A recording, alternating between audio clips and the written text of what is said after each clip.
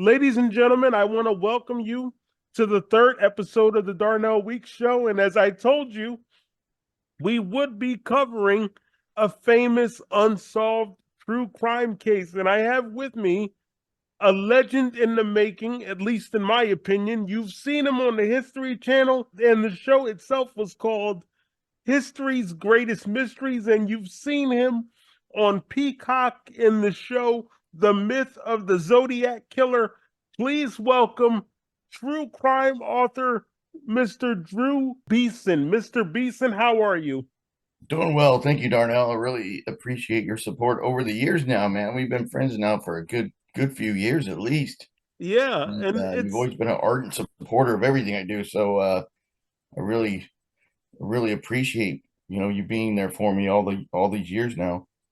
oh, you're welcome. My first question would be for those who know you, and even for those who don't, you are recognized for your work in the true crime genre, primarily Zodiac. And so, with that in mind, my question is, did you ever consider pursuing a different career before becoming a true crime author? If so, what was it? And what led you ultimately to choose a career in true crime instead? What was your previous aspiration before true crime? What did you have in mind before that? I never had anything specific in mind. Of course, I don't make a living at this. People are shocked to hear that, especially when I did a DB CooperCon, which is the annual DB Cooper Fest held in Mm-hmm. November. Last year it was in Seattle, and I was a keynote speaker talking about my suspect in that case, which is Ted B. Braden, Black Ops Special Forces guy from Vietnam. And that went really well. I was the first guy to go. And a lot of supporters flew from all across the country, wanted to meet me, get a book signed. And that was a great experience. I really appreciate the three guys that put that on and invited me to do it. It was really nice. And people would say, "Oh, when are you going to speak next?" Or they're always under this guise that I make a living at this, and I don't. If I try to make a living at this stuff, I would be like living under a bridge. So I'm in the commercial real estate business. I have been for like the past 35 years. I lease and manage shopping centers and do construction in shopping centers, retail centers. It's mainly, that's how I make a living, and that's still doing that. But if I had my druthers, my dad, that's a word my dad really loved. I always focus in on words, but I'd like to be a genetic genealogist. I think that is like one of the coolest things you can do. Of course, that's what led to the capture of Joe D'Angelo, the Golden State Killer. Yeah. They look at his DNA sample and then start doing genealogy traces on it. I would love to do that because I have as a just a personal hobby. I was really started as a genealogist, kind of how I led into doing what I'm doing now with this stuff. It was a heavy genealogy background, just kind of doing my own. I can trace my family name back to England in the 1400s, where a man took a woman's name, which is kind Mm-hmm. of interesting because back then, if the woman had the landed title, the man would assume the woman's name. That's kind of Yeah. where my name Beeson comes from because a woman actually started with that name in the 1400s in England. So really into genealogy. So and that's kind of been a nice tool to have in true crime, and especially if it's suspect driven to go back through their genealogies. And I've had some finds regarding Zodiac that are uh, using genealogy. So to say what I'd really like to do would be a genetic genealogist, but I think I missed the boat on that. I have the genealogy part, but not the genetic part. So Well, how there's some people that are ironic, really good at that. how ironic would it be though if that very thing caught the Zodiac Like it would be really weird, like if somehow you could pursue that now in your life and you ended up catching the Zodiac. How would you feel about that? That'd be cool. There's some people out there that have been doing it a while. I had lunch with one of them, Catherine Fitzpatrick, that solved the Somerton Man case. That's a pretty popular case that was very fascinating out of Australia. She's an American, and she's a genetic genealogist, knows all about DNA. we got to talk about Zodiac a lot, you know, in the status of the DNA in the Zodiac case, which is really uh, pretty much non-existent. There really is not DNA in the Zodiac case, contrary to popular belief. There's just not. They have a really weak sample from one letter that came from outside of a postage stamp using PCR testing by the San Francisco Police Department crime lab. And the time that they extracted that sample, they ranked dead last in solving violent crimes in their city out of all major cities, as per the San Francisco Chronicle. So there's really no faith in that sample whatsoever. It could have been from the mailman if it comes from the outside of the stamp. And PCR testing, people might know of that from the COVID years, where that would be the most accurate COVID-19 test to see if you had it over as, like, let's say a home test you bought at Walgreens or something. If you wanted to really know, because some of those tests could give you a lot of false positives and false negatives for that matter. But if you wanted an accurate test if you had COVID-19, would be to get a PCR test.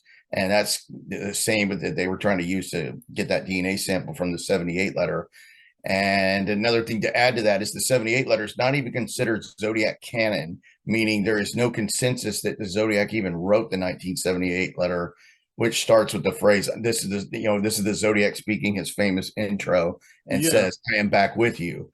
The last canon letter is considered the Exorcist letter written in 1974.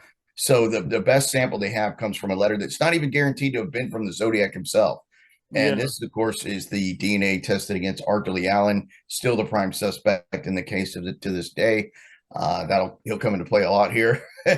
He always does. He always will. And there's a big reason why.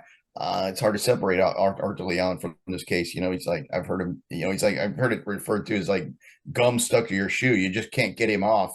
He keeps coming up. But the state of the DNA and the physical evidence in this case is severely lacking.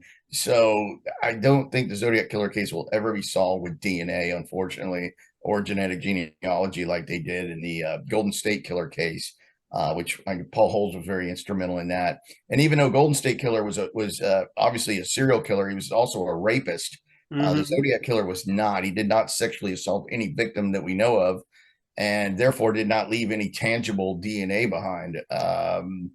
He touched a few items, and unfortunately back then, when these crimes started happening in late 1968, there was no one had ever heard of DNA, and all the items were handled by multiple people with bare hands, such as the letters that were mailed in claiming to be from the Zodiac Killer.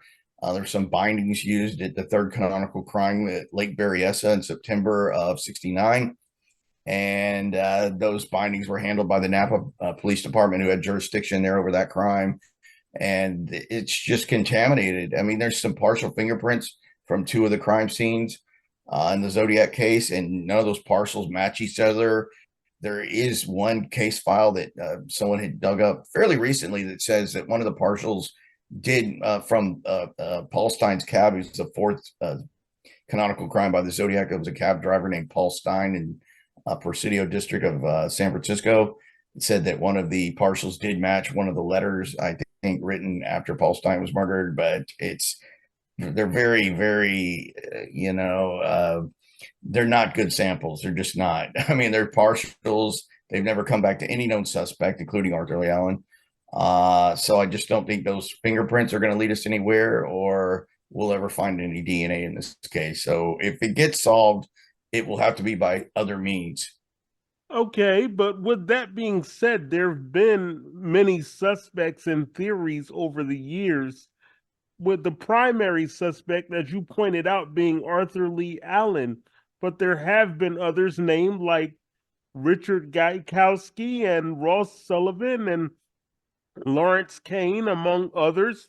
But however, as I pointed out earlier, you seem to have your own theory. With that in mind, my question is, why do you believe your theory is more plausible than others? And would you like to discuss your theory further? Tell us. That's an easy one for me, because with any case, and I do that, and that applies to DB Cooper as well. Want to do a lot, kind of has a lot of shared audience with Zodiac. Is if you have a suspect in a case, it's all about why that person is a suspect, or why does the person championing that suspect. Where did they come up with that suspect? It's all about where they came from. What was the genesis of that particular suspect? Well, we already knew the genesis of Arthur Lee Allen, and he comes, mainly comes from an accusation from his friend Donald Lee Cheney, who's my particular suspect. I believe he was the main driver and the orchestrator of the Zodiac crimes. And this is, Mm-hmm. Allen's good friend. He meets Arthur Lee Allen through Arthur Lee Allen's younger brother, Ron Allen, when Don Cheney's attending college with him at Cal Poly Pomona, which is just outside of Los Angeles, California. It's a technical college where Don Cheney's training to be a mechanical engineer. Ron Allen is there studying architectural landscape architecture. That's one thing they offered at that college. And then those two guys are roommates with another roommate named Sandy Panzarella, who comes up a lot in this case, and two other roommates that I don't think of. I don't even know if their names have ever been even bandied about on the internet. The other two roommates that live with these guys, but that's how Don Cheney winds up meeting Arthur Lee Allen, is through his younger brother Ron. So that's the genesis of where Arthur Lee Allen comes together as a suspect, because Don Cheney comes forward in July of 1971 claiming that Arthur Lee Allen told him on New Year's Day 1969 that he was going to become the Zodiac Killer. And he's very explicit about this. He said he was going to call himself Zodiac. He was given a Zodiac wristwatch, which is still, they're still made today. Those watches have been made for about, I think they're going on 90 years old, maybe older, but it's one Mm-hmm. of the very few times that the name Zodiac spelled out, and Mm-hmm. also what we call the cross circle logo, which is the circle with the X going through it. It goes outside of the lines of the circle, usually called the cross circle logo the Zodiac used. One of the only times the name Zodiac and that symbol come together is in that wristwatch. Well, Arthur Lee Allen was allegedly given one of these wristwatches by his mother for Christmas of 1969. And that's very important too, because the truth is he was given that watch for Christmas of 1968, not 1969. So, Mm-hmm. actually, he was given it to for Christmas 7.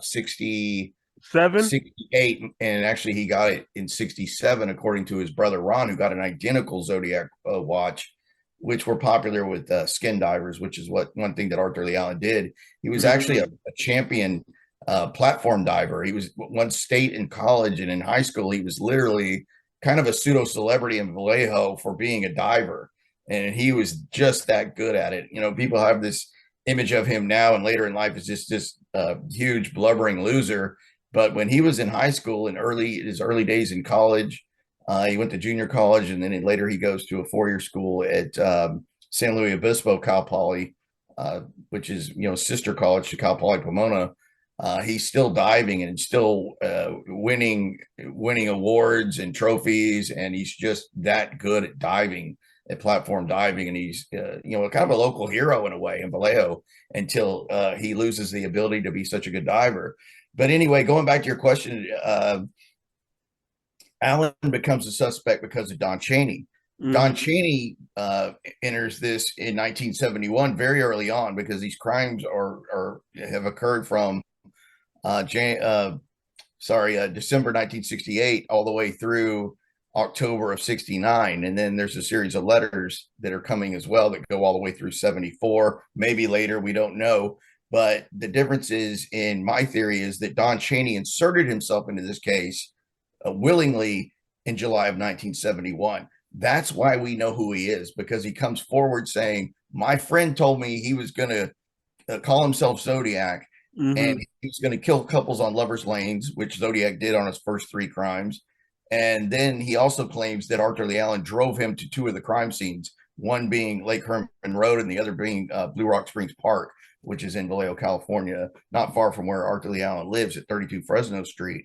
So that's what makes Don Cheney different than any other, what I call cherry pick suspect, because every other suspect that comes along that somebody went and found, literally, like, oh, this guy looks like he could have been Zodiac. One name I'll throw out there is a suspect named Paul Doer, who I think is Yeah. actually a really good suspect. Mm-hmm. It comes from an author named Jared Kobeck. wrote 2 books about him, and he does pretty well. He's real popular on Reddit for a year, and then he kind of fades out because it just doesn't go anywhere. But for going out and finding your own suspect, I think he's one of the better ones. Ross Sullivan becomes a suspect literally because of a crime that's not even proven to be Zodiac, which was the murder of a college student named Sherry Jo Bates in 1966 in Riverside, California. And Zodiac somewhat tries to take claim for that crime in one of his letters, saying, "I've seen you stumbled upon my Riverside activity." So Ross Sullivan is based on a crime that's not even proven to be Zodiac canon.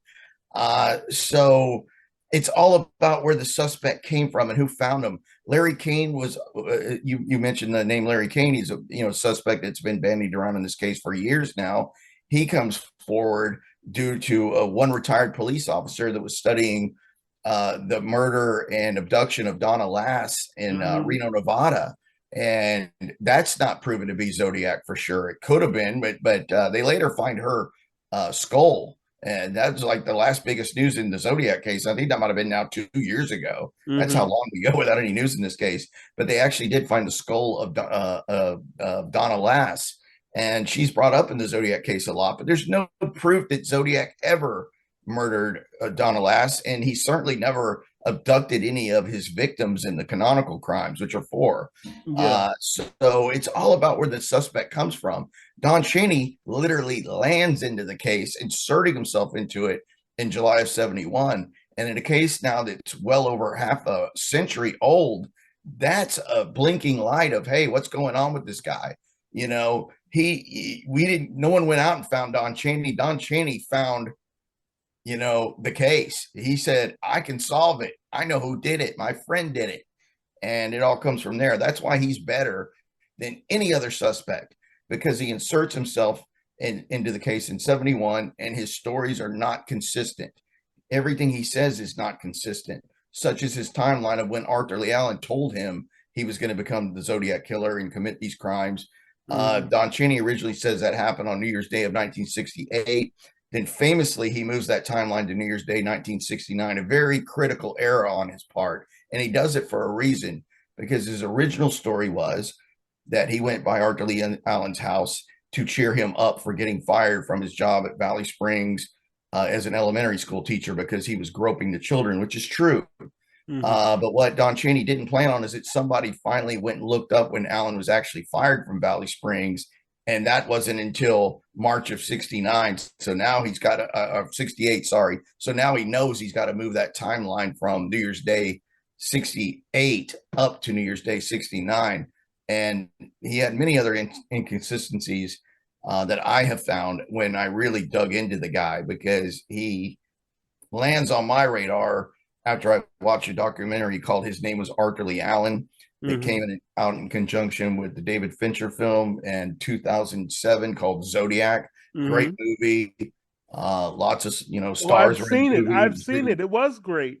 Great movie. Great Fincher film. In box office was not a big success. Didn't really make a lot of money, but they based that movie off of a book by Robert Graysmith called Zodiac.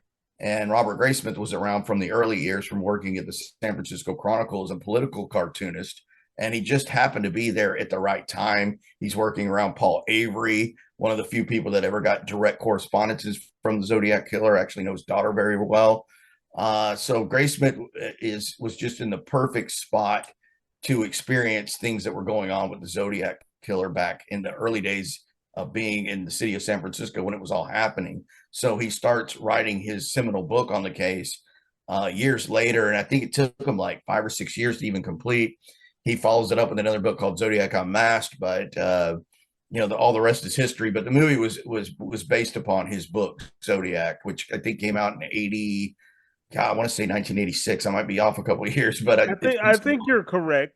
So I guess I would ask you then, do you ever worry about repercussions from Mr. Chaney's family with you name dropping him as a suspect? No. I've never talked to them, and they are aware of me. I can tell you that much.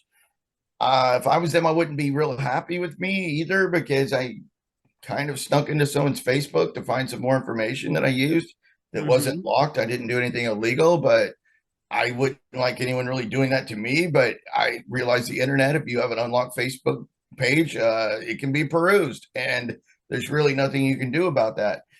And you cannot slander a dead man. He's deceased. If he was alive, I would never say his name if he was still alive. Right. He's been dead since 2009. Hmm. Of course, Arthur Lee Allen passes away in 1992. And I don't want to. Um, I don't want to lead you. I'm just going to ask you. So you're saying that you think that they had some kind of connection? who? Lee Allen and Cheney. Absolutely. This is a duo. I've always thought this was a duo. I know you always talk about how there's not this singular Zodiac, and that is true because Zodiac is really, I would refer to it as a cartoon character. It's like, Thomas Henry Horan. I know you don't like his theory, but and I think he kind of, he's a friend of mine, of course, but he, the words he chooses to call his book with the myth of the Zodiac Killer. Same as the Hmm. documentary, he's calling the Zodiac Killer a myth. Yeah. That's kind of true and not true. He's not. There was actual people died. People were Yes. killed under that name. There's no Yes. doubt about it. People were killed Hmm. under that name. There was an attacker at Lake Berryessa who was identifying himself as the Zodiac in costume, although he Hmm. never says I am the Zodiac Killer.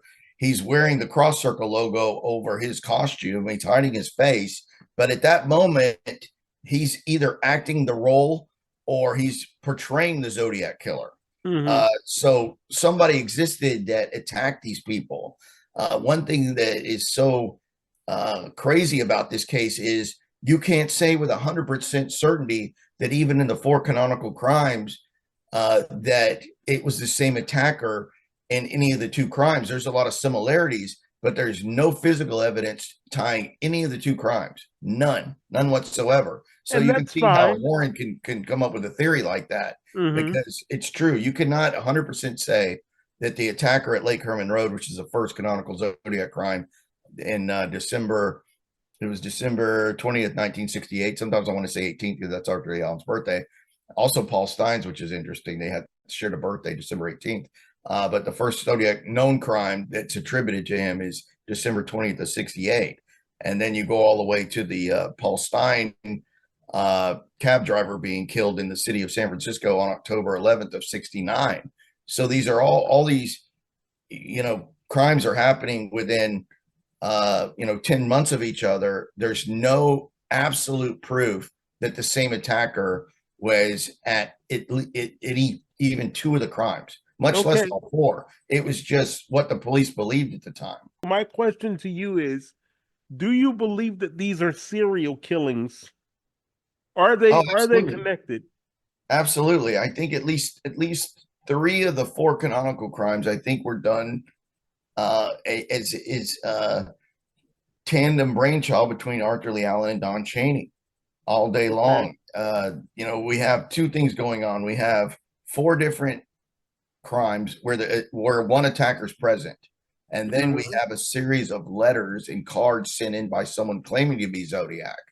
Now we know for certain that the attacker and killer of Paul Stein in the Presidio neighborhood of San Francisco, Presidio Heights, actually, Hmm. it's called. It's the wealthier part of downtown San Francisco. We know that his killer either knew the Zodiac killer or who was claiming to be, or was him himself, because after Paul Stein was murdered in his cab in October of 69, the attacker slash killer cut off a tailpiece of his shirt that was soaked in blood because he had been shot in the right Hmm. side of his head, right above his ear, with a Hmm. 9 millimeter pistol.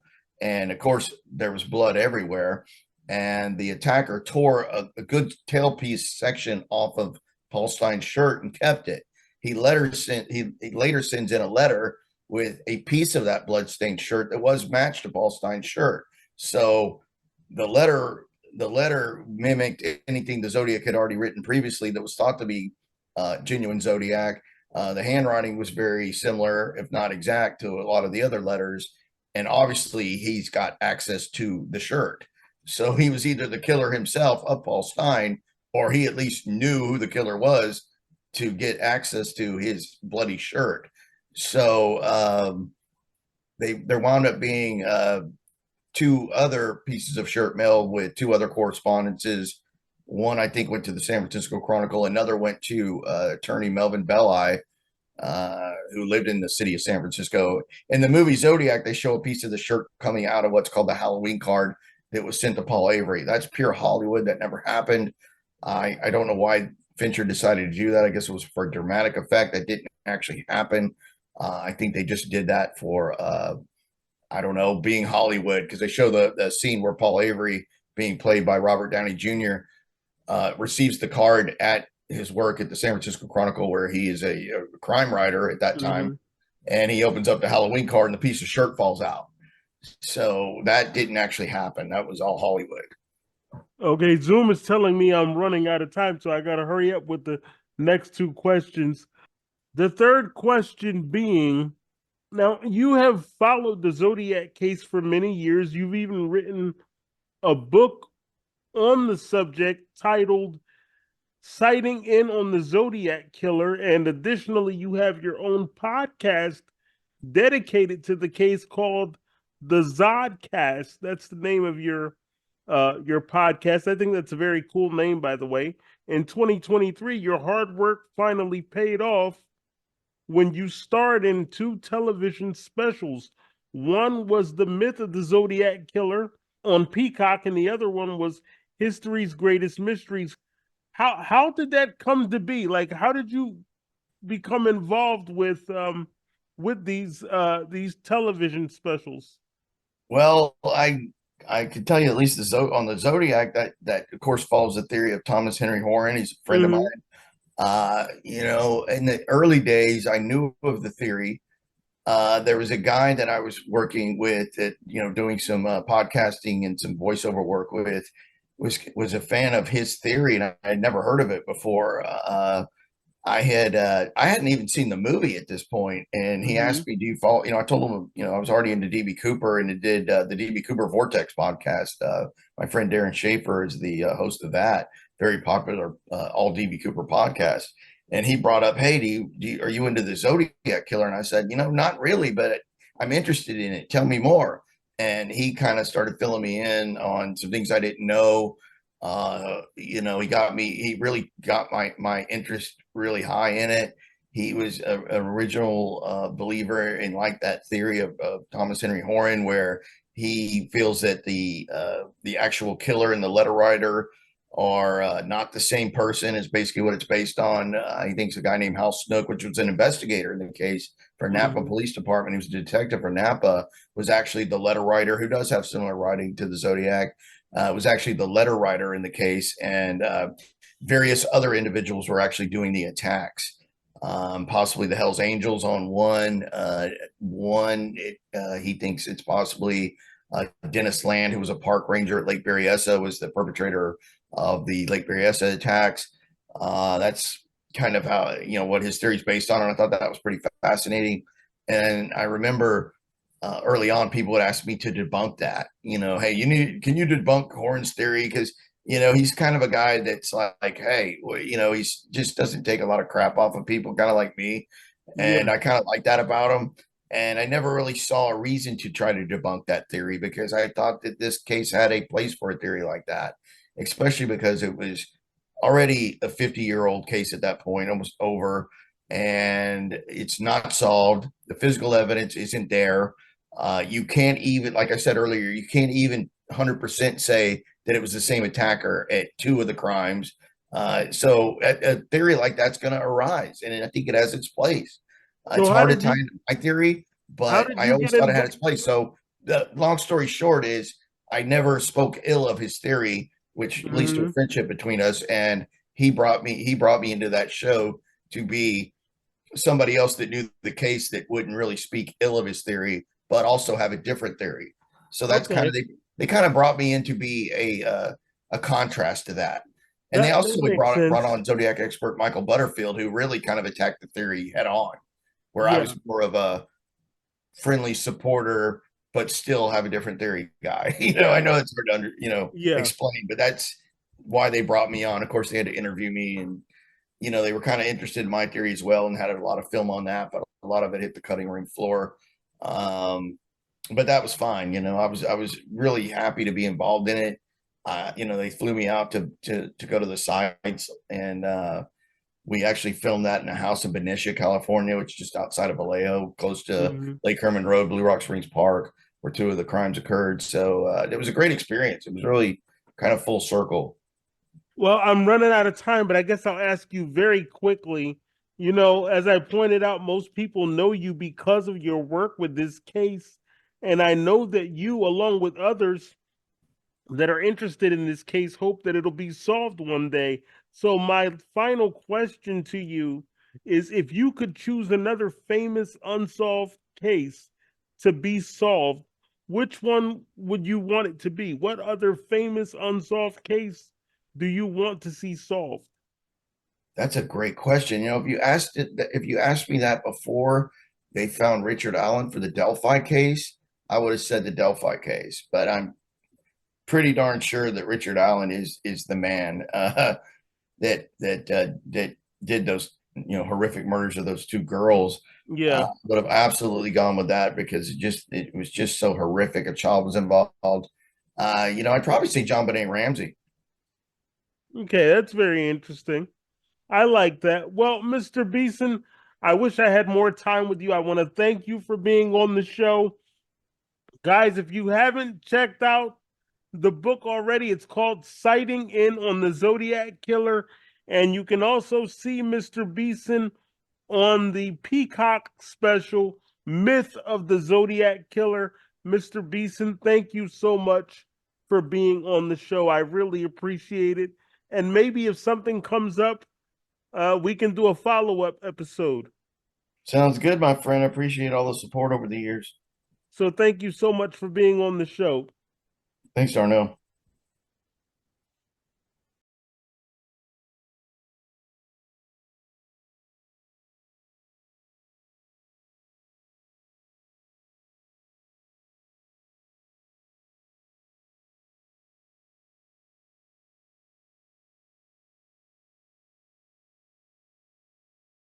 If you have any questions about the show, or you would like to be booked as a guest on the show, you can email me at darnellweeksshow@gmail.com. Once again, that's darnellweeksshow@gmail.com. Thank you.